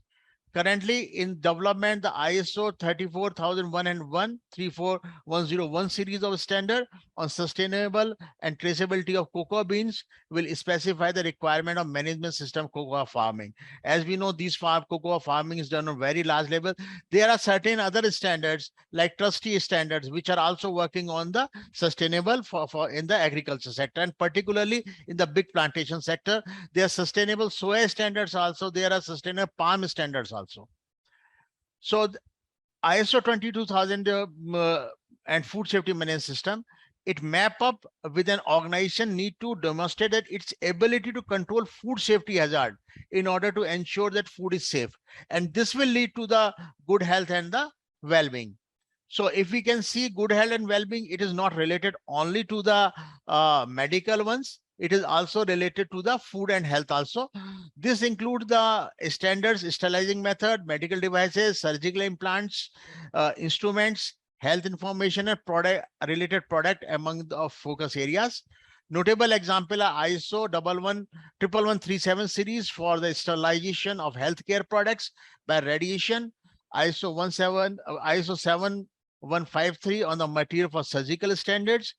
If we can go on if we can relate our health and well-being with the agriculture practices, so the good agriculture practices, good manufacturing practices, food safety management system, organic standard, they all deal with the safe and healthy food and with a positive impact on the environment. There are 3,072 standards are helping to meet the SDG 3.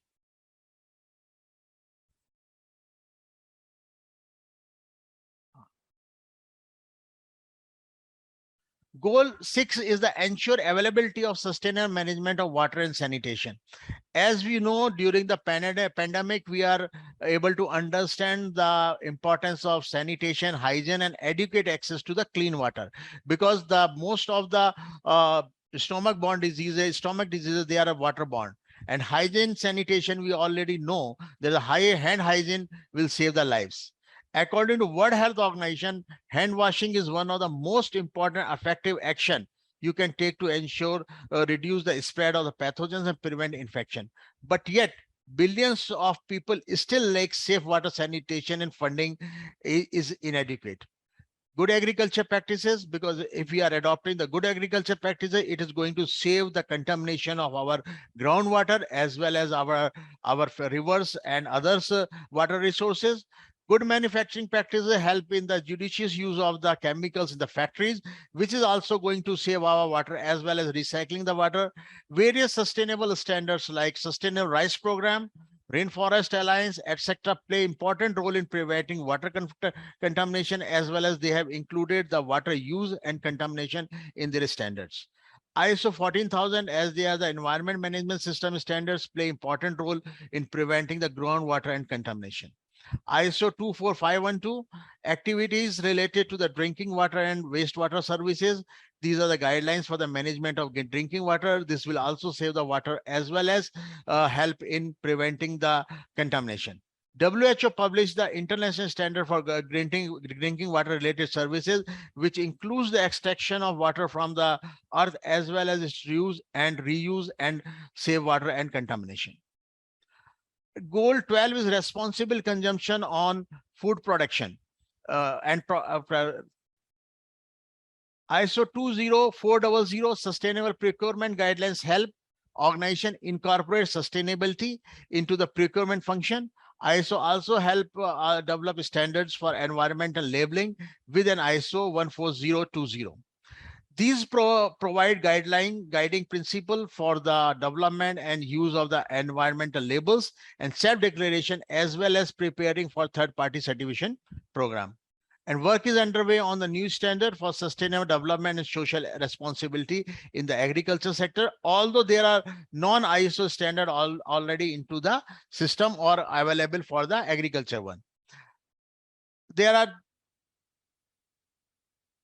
2759 standards are helping to meet the SDG 12. Role of certification bodies in SDG. As we all know that most of the standards are related to achieving one or another sustainable development goal. But certification bodies play a very important role into it, because certification body monitor the proper implementation of the SDGs, as well as they will give the confidence to buyer if they would like to buy a product or support a company which is going to which is marketing their product as sustainable products. So if we can go and see that, because if we go for the processing industry or production industry, there is their certification that will give you the confidence into the marketing or branding. And if you are able to produce or market your product properly, this will give you the support to the sustainable development goals, particularly in terms of where it is directly related to the lowest level of the people from the lowest level sector, maybe the farmers and others, where they are getting the benefit from the sale of their produce. For example, there is standard called fair trade standard, where they will ensure that all the stakeholders will get the benefit of the material they sold. As well as if you can go for some standards like global textile standard and other standards, they are also asking for the living wages. So that's why, and in that way, by getting the certified material, consumer is assured that whatever product is he is buying, it is supporting the development of the farmers or the workers.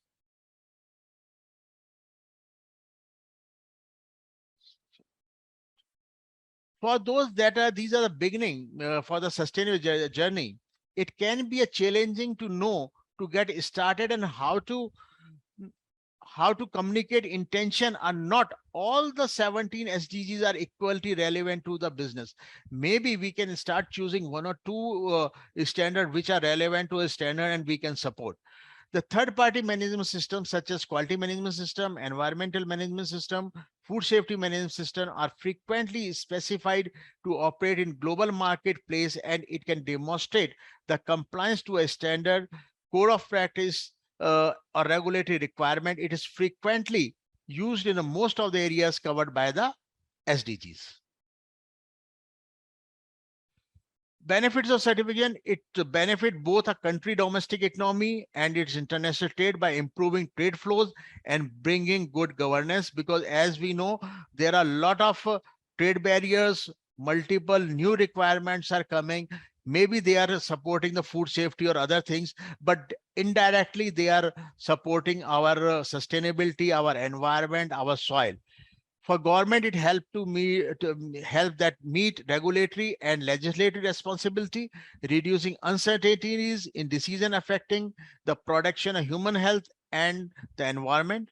For business, it is a great acceptance of the product and services, a mean to avoid multiple testing, inspection, certification, leading to more satisfied customer and reputational advantage. For consumer, a great public confidence on the goods.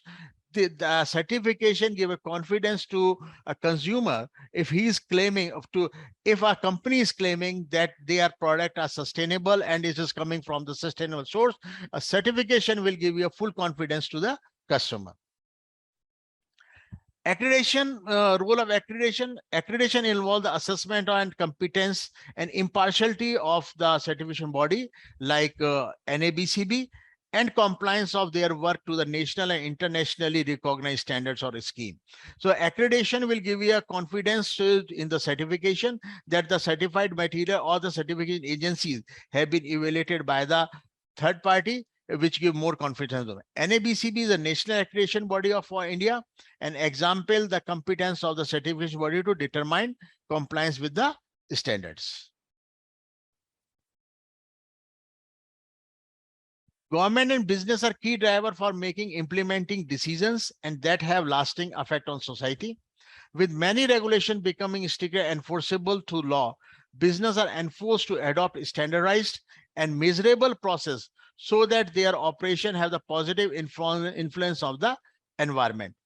Accreditation certification offer the most transparent and most widely accepted route for formal recognition, worldwide credible, trustworthy conformity.